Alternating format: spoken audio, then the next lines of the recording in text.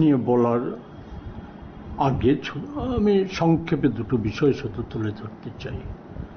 প্রথম কথা, সকলেই জানেন যে 1948 ইংরেজিতে আমাদের দেশে যে বিদ্যুৎ আইন, তার মুখ্য উদ্দেশ্য ছিল দেশের অধিকাংশ জনগোষ্ঠীর মানুষকে যাতে খুব ন্যায্য এবং কম অর্থের বিনিময়ে বিদ্যুৎটা পৌঁছে দেওয়া যায়। বিশেষত কৃষক এবং কুটির শিল্প ও মাঝারি শিল্পের ক্ষেত্রে এটা অত্যাধিক গুরুত্ব আরোপ করেছিল। এর সুফলও সে সময় দেশবাসী পেয়েছিল। কৃষিতে উৎপাদন 3 থেকে 4 গুণ বেশি বৃদ্ধি পেয়েছিল। কুটির শিল্পে এবং মাঝারি শিল্পে লক্ষ লক্ষ ছেলেমেয়ের কর্মসংস্থানের সুযোগ সৃষ্টি হয়েছিল।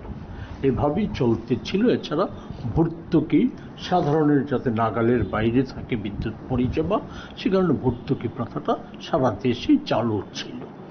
এভাবে চলতে চলতে 2003 সালে প্রথম এই বিদ্যুৎ আইনের পরিবর্তন করা হয়। ডিটেইলে আমি বলতে চাই না, যার প্রধান বিষয়টা ছিল এটা ভর্তুকি কমিয়ে আনা এবং বিদ্যুতে বেসরকারি করার উদ্যোগ, প্রাথমিক উদ্যোগ সেটা ছিল। এটা ফল দেশের মানুষ খুব সহজেই ভুগতে শুরু করলো। তারপর থেকে বিদ্যুতের মূল্য বৃদ্ধি এগুলি ঘটতে শুরু হয়। এটা 2004 থেকে 2014 এই সময়টাতে নানাভাবে এটা রাস্তা টেনে ধরার একটা প্রচেষ্টা জারি ছিল। এটা 2014 পরবর্তী সময়ে এটা বলা যায় খোলাভাবে বিদ্যুৎকে বেসরকারি করে দেওয়ার একটা উদ্যোগ শুরু হয়। এরপর এগুলি বলতে গেলে নানা কথা, এনপিটিসি, ওএনজিসির এগুলি শেয়ার বিক্রি করে দেওয়াটাও, এগুলি আমি বলতে চাই না, আজকে সময় নিতে চাই না। আমি যেটা বলতে চাই সেটা হচ্ছে নানা পদ্ধতিতে বিদ্যুৎকে 100% বেসরকারি করণের লক্ষ্যে মোদিজি যে প্রচেষ্টাগুলি, সে প্রচেষ্টা অন্যতম একটা প্রথম এবং প্রাথমিক পদক্ষেপের মধ্যে একটা হচ্ছে প্রিপেইড বিলিং সিস্টেম এবং স্মার্ট মিটার। এর মধ্যে যেটা লুকিয়ে আছে সেটা হচ্ছে এই যে আমি সেই ক্ষেত্রে অনেক কথা বলা হচ্ছে স্মার্ট মিটার নিয়ে সারা দেশে। আপনারা জানেন যে সারা দেশে এটা নিয়ে একটা আলোড়ন সৃষ্টি হয়েছে দেশের নানা জায়গায়।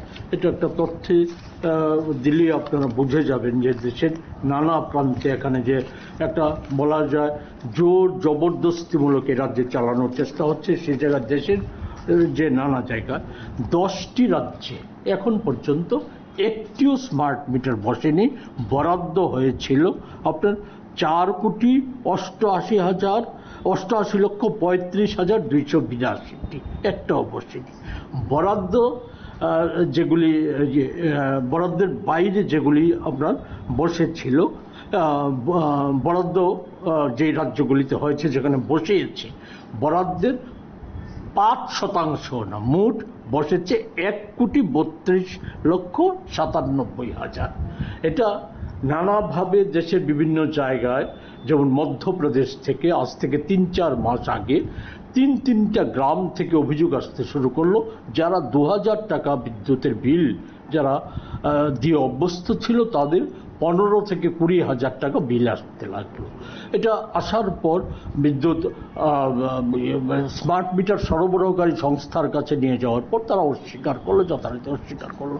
ফলে চাপের ফলে, নানাভাবে চাপের ফলে এটা যখন পরীক্ষা নিরীক্ষা করলো, সে সময় দেখা গেল যে স্মার্ট মিটারের গোলযোগের কারণে এই সমস্ত ঘটছে।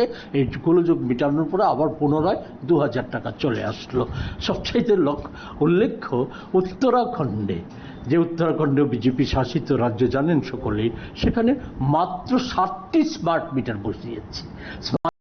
7টির ক্ষেত্রে একটা ক্ষেত্রে বিল চলে এসেছিল, বসানোর পরে বিল চলে এসেছিল 47 লক্ষ টাকারও বেশি।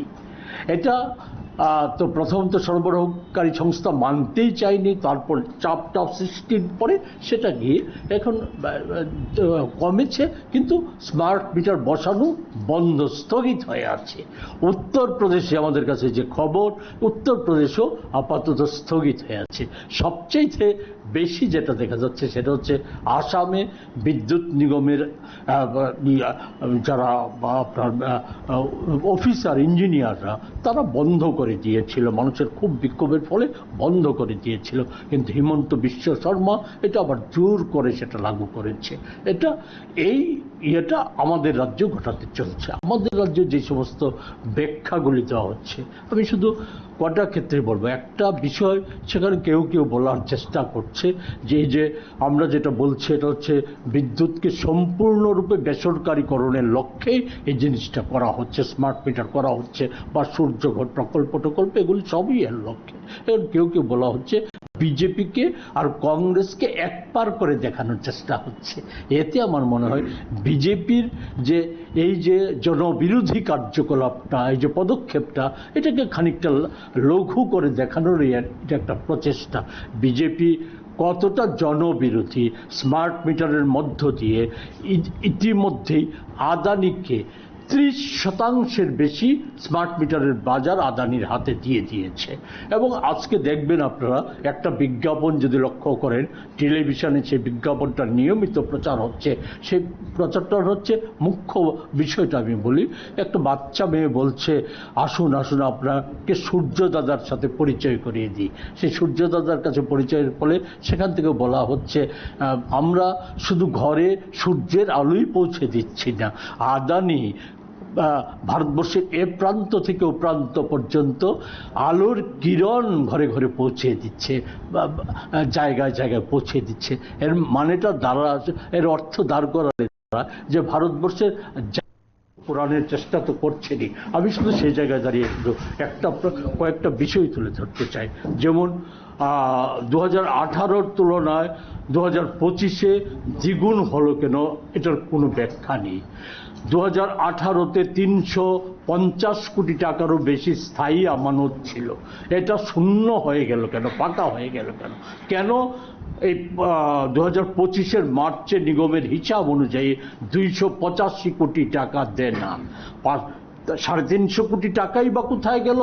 আর 285 কোটি টাকা দেনাই বা কেন হলো? শুধু এটা তো হচ্ছে নিগমের হিসাব, নিগমের বেসরকারি হিসাব অনুযায়ী আমাদের বিদ্যুৎ নিগমের ঋণের বহরটা হচ্ছে 1700 থেকে 1800 কোটি টাকার কম হবে না, এই অবস্থা তৈরি হয়েছে। নিগমের যদি এতই উন্নতি হয়ে থাকে, বিদ্যুৎ ক্ষেত্রে যদি এতই উন্নতি হয়ে থাকে, আমাদের দেশের যে 55টা বিদ্যুৎ সরবরাহকারী সংস্থা, তাদের যে পর্যালোচনা সভা হয়, সেই বার্ষিক পর্যালোচনা সভার আমি শুধু 3টা বছরের হিসাব আপনাদের কাছে দিই। 22 সালে বার্ষিক পর্যালোচনায় 55টার ক্ষেত্রে ত্রিপুরার বিদ্যুৎ নিগমের স্থান ছিল 22তম। 23 সালে সেটা হয়েছে, দাঁড়িয়েছে আমাদের এই করিতকর্মা মন্ত্রী সময়ে এটার স্থানটা নেমে দাঁড়িয়েছে 33তম। আর 24 সালের ডিসেম্বরে পর্যালোচনায় সেটা দেখা গেছে তার স্থানটা হচ্ছে 39তম। তো আজকে যে বলা হচ্ছে ড্রোনে কোথায় তার ছিঁড়ে গেছে সহজেই ডিটেক্ট করা যাবে, এগুলি করা যাবে, আমি ওই সমস্ত টেকনিক্যাল প্রশ্ন, আমি টেকনিক্যাল লোক নয়, আমি সেই সমস্ত প্রশ্নে আমি যেতে চাই না। আমি শুধু বলবো আগরতলা শহরে চোখের সামনে বাতাস আসার আগে গাছের পাতা নড়ে না, বিদ্যুৎ চলে যায়। আমাদের মন্ত্রী বাহাদুর একসময় বলল আমাদের আগরতলা শহরে ওই হাসপাতালে, আইসিইউতে, অপারেশন থিয়েটারে সেখানে বিদ্যুৎ চলে যাওয়ার পেছনে নাকি কারণ হচ্ছে নাশকতা। এগুলির ক্ষেত্রে ড্রোন কি সাহায্য করবে আমার জানা নেই। এছাড়া যেগুলি আছে আমাদের ট্রান্সফরমারগুলি, সবগুলি হচ্ছে নিম্নমানের। আমাদের রাজ্যে ব্যবহৃত তার নিম্নমানের। আমাদের রাজ্যে যে সমস্ত স্টিলের পিলারগুলি ব্যবহার করা হয় অতি নিম্নমানের। আমাদের খুব অল্প সময়ের মধ্যে এগুলি জং ধরে ভেঙে পড়ে যায়। এর সাথে এই ড্রোন দিয়ে দুর্নীতি রোধ করা কি করে সম্ভব? এছাড়া আমাদের রাজ্যে যখন আমরা সব অংশের মানুষ স্মার্ট মিটার এবং বিদ্যুতের মূল্য বৃদ্ধি নিয়ে যখন রাস্তায় নেমেছে, তখন খোয়াইয়ের একটা ঘটনা তুলে ধরেছে। সেটা কি?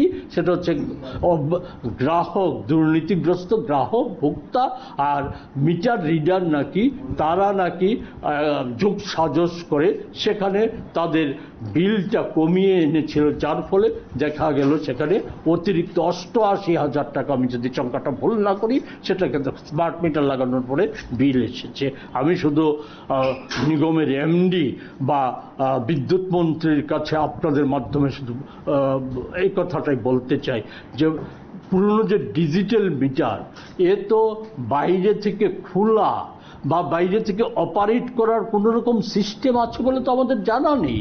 ফলে সেই জায়গাতে এটা কি করে সম্ভব হলো গ্রাহক এবং ভোক্তা এবং রিডার তারা নাকি যুক্তভাবে জিনিসটা করেছে, এটা কি করে সম্ভব হলো? মিটার তো খোলা বা অপারেটিং করার কোনো সিস্টেম নেই। বোতাম টিপে সেটাতে কত বিদ্যুৎ খরচ হয়েছে তা ভেসে উঠলে পরে তার ছবি তুলে মেশিনে ফেলে সেটা প্রিন্ট বের করা হয়, এই সিস্টেমে। সেখানে তো এই ধরনের কারচুপি করার কোনো সুযোগ নেই। এ হচ্ছে আসল বিষয়গুলিকে আড়ালে রেখে এই চেষ্টাটা করা। যাই হোক, আমি শেষ করবো এই কথাটা বলে যে এর যে আজকে যে অবস্থা তৈরি হয়েছে এটা একটা মারাত্মক অবস্থা। এর ফলে স্মার্ট মিটার যদি সত্যি সত্যি চালু হয়ে যায় তাহলে 1 ইউনিট বিদ্যুৎ এখন তো প্রায় 8 টাকা হয়ে গেছে। এটা স্মার্ট মিটার চালু হয়ে গেলে পরে খুব সহজেই 1 ইউনিট বিদ্যুৎ ব্যবহার করতে হবে ন্যূনতম 50 টাকায়, এবং এটা বাড়তে বাড়তে 90 টাকা পর্যন্ত যেতে পারে। এটাই আদানি, আম্বানি, টাটারা স্থির করে নিয়েছেন। এটা চালুর এই চেষ্টা হচ্ছে। সেই ক্ষেত্রে আজকে আমরা যেটা আপনাদের মাধ্যমে রাজ্যবাসীর কাছে আমরা যে বার্তাটা দিতে চাই সেটা হচ্ছে এই যে এটা কোনো দলের বিষয় নয়, এটা কোনো মতের বিষয় নয়, এটা আমাদের রাজ্যের, গোটা দেশের কথা তো আছে, আমাদের রাজ্যের 44 লক্ষ মানুষ, হয়তো গায়ে লাগবে না 1% মানুষ বা তারও বেশি কিছু মানুষের গায়ে লাগবে না তাদের বিদ্যুতের বিল বাড়লে কি বা না বাড়লে কি তাদের কিছু গায়ে লাগবে না, বেহিসেবি অর্থের মালিক হয়ে গেছে। ফলে আমাদের অধিকাংশ 95% বেশি মানুষের গায়ে লাগবে। ফলে এটা একটা মারাত্মক জায়গায় নিয়ে যাবে। এই ক্ষেত্রটাকে বাধা দিতে উন্নতিটা আজকে আদানির হাত ধরেই হচ্ছে, এটাতে সেই জিনিসটাই তুলে ধরার চেষ্টা হচ্ছে। তাই আমাদের আশঙ্কা এভাবে যে যেমন স্মার্ট মিটারের ক্ষেত্রে আর একটা দুটো বিষয় শুধু উল্লেখ করতে চাই। স্মার্ট মিটারে যে বিষয়টা ডিজিটালের সাথে পার্থক্য, যে বিষয়টা যে স্মার্ট মিটারটা আপনার বাইরে থেকে এটাকে অপারেট করা যায়, ডিজিটাল মিটারটাকে বাইরে থেকে অপারেট করা যায় না। আমি সেই ক্ষেত্রে আজকে যারা স্মার্ট মিটারের পক্ষে ওকালতি করছেন, বিশেষ করে মন্ত্রী বাহাদুর এমডি সাহেব, ওনার কাছে আমার যে একটা জিজ্ঞাস্য সে হচ্ছে, সকলেই জানেন ইভিএম নিয়ে আমাদের দেশে নানা রকম প্রশ্ন আছে, ইভিএমে কারচুপি নিয়ে প্রশ্ন আছে। যখনই সে প্রশ্নগুলি উঠেছে সেই সময় নির্বাচন কমিশন থেকে বা প্রকৌশলীরা তারা দাবি করেছে ইভিএম বাইরে থেকে অপারেট করার কোনো রকম সুযোগ নেই। কিন্তু স্মার্ট মিটারে এটা যে বাইরে থেকে স্মার্ট মিটারটা যে অপারেট করার 100% সুযোগ আছে বাইরে থেকে। ফলে স্মার্ট মিটারে যে বাইরে থেকে এটাকে অপারেট করে বিদ্যুৎ নামানো, বিদ্যুতের খরচ ব্যবহার কমানো বাড়ানো দেখানোটা এটা কোনো ব্যাপারই না, এটা করা যাবে।